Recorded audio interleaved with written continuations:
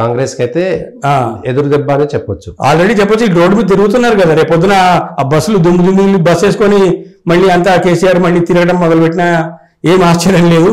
ఇంకా రూమర్స్ చెప్తాను నేను, ఏదో ఆల్రెడీ రేవంత్ కి ఇంటర్నల్ ఇక్కడ సరిగా లేదని, రేవంత్ ఆల్రెడీ బీజేపీతో టచ్ లో ఉన్నాడని, కొంతమందితో వెళ్ళిపోతాడని, హరీష్ రావు వాళ్ళైతే ఆల్రెడీ లిక్కర్ స్కామ్ తర్వాత ఆల్రెడీ బీజేపీతోనే కలిసి పనిచేస్తున్నారని, వీళ్ళంతా కలిసి వేరే గవర్నమెంట్ ఏర్పాటు చేస్తారేమని, కాంగ్రెస్ ఉండకుండా పోతుందని, కాంగ్రెస్ ని పోగొట్టడానికి బీజేపీ వాళ్ళు ఎవరితోనైనా కాంప్రమైజ్ అవుతారని, రేవంత్ తన పదవి ఆపుకోవడానికి దేనికైనా కాంప్రమైజ్ అవుతాడని, హరీష్ రావు ఆల్రెడీ లైన్ లో ఉన్నాడని, బీజేపీతో వాళ్ళతో కవిత రిటర్న్ వచ్చేసిందంటేనే కలిసిపోయిందని, ఇట్లా పొలిటికల్ కారిడార్స్ లో పొలిటికల్ సర్కిల్స్ లో గాసిపింగ్ బాగా నడుస్తోంది.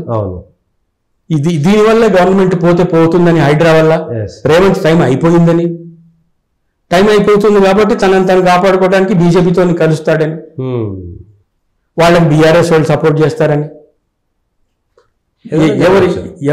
ముఖ్యంగా రాష్ట్రంలో చూసిన తర్వాత అది కాంగ్రెస్ ని పడగొట్టడానికి చెడగొట్టడానికి బీజేపీ వాళ్ళు ఎనీ కాంబినేషన్ కోసం దే ఆర్ రెడీ.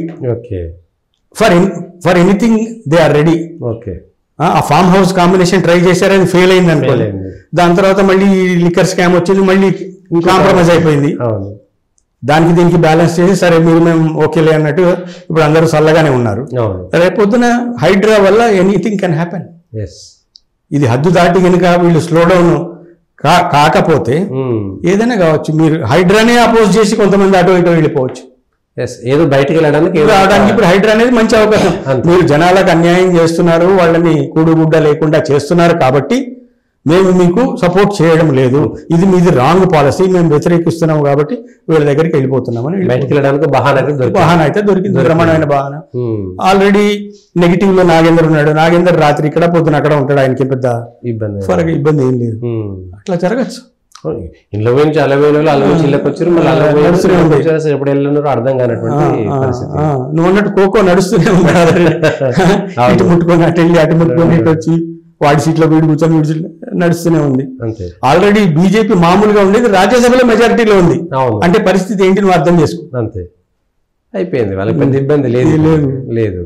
సో దాంతో ఇప్పుడు వాళ్ళకి తెలంగాణ అనేది ఏ రకంగా ఎట్లయినా కొట్టాలి. సో ఫుల్ మెజారిటీలో ఉన్నటువంటి కాంగ్రెస్ సర్కార్ ఉన్నా కూడా politically Telangana uncertain any time.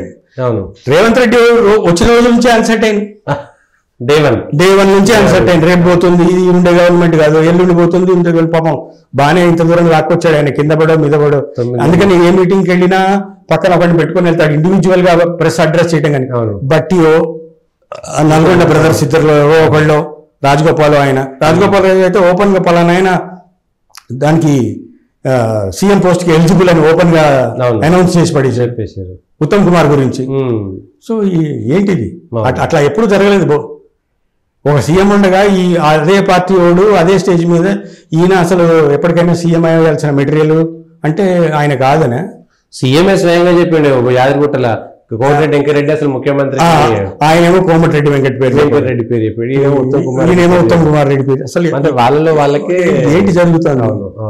Inside గా విష్ఫుల్ థింకింగ్ అంటారు దాన్ని. ఎవరికి వాడికి మనం సీఎం అవ్వాలనే కోరిక, దానికోసం వేస్ అండ్ మీన్స్ ఐడియాస్ చెప్తే డెఫినెట్ గా ఇంప్లిమెంట్ చేస్తారని అనుకుంటున్నాను నేను. రేవంత్ ఎమ్మటే కలకాలం ఉంటారని నేను అనుకోవట్లేదు. మరి రేవంత్ రెడ్డికి ఇంకా ఎంత టైం ఉందో ఆయనకే తెలియాలి. ఢిల్లీలో రాహుల్ నిజంగా ఏం చెప్పాడో, హైడ్రా అయితే ఒక పాయింటే, కానీ ఆ తర్వాత ఏంటనేది మనకు తెలియదు. ఇప్పటికి వార్నింగ్ అయితే జరిగింది.